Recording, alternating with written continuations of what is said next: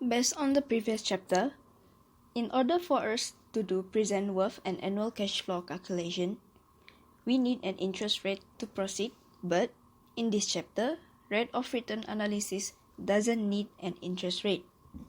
Instead, we can call the rate of return, or known as internal rate of return, IRR, from the cash flow.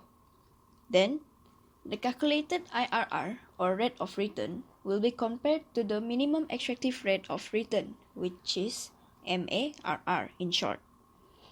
This is the same value of interest rate used for present worth and annual cash flow analysis calculation.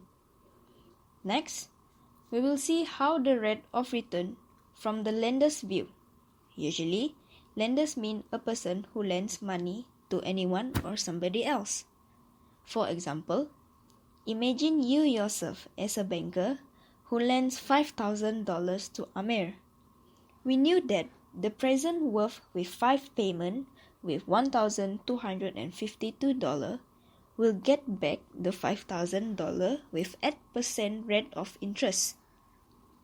Or, $5,000 with 8% of interest rate had an annual worth of $1,252. Therefore, at the end of 5 years, Amel will then repay back the $5,000 debt with 8% extra interest rate money back to the bank. Last but not least, the bank will gain 8% rate of return. From the point of view of the lender's internal rate of return is defined as interest rate paid on the unpaid balance of a loan such that the payment schedule makes the unpaid loan balance equals to 0 when the final payment is made. If we see from the view of an investor, where investors are generally known as a person who puts the money into the financial scheme and expect to gain a profit from it.